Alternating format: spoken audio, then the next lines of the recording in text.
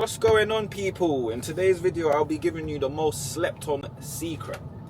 That is spotlight mode, which is available on loads of DJI drones. Now spotlight mode allows you to fly up, left, right, around whilst keeping the subject perfectly framed.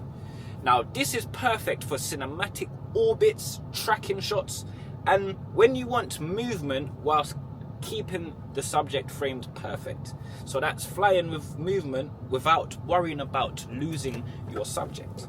Compared to fully flying manually, this takes a lot of pressure off the pilot and helps you to focus on getting that shot. Now with spotlight mode, it gives you so much smoother motion in your cinematography. Pro tip: slow your yaw down and slow your forward speed, and that's how you get those clean cinematic shots. It's not the only tip, but if you're flying solo, spotlight mode is one of the easiest ways to level up your footage. Now if you're a drone pilot or you fly DJI drones, save this for later.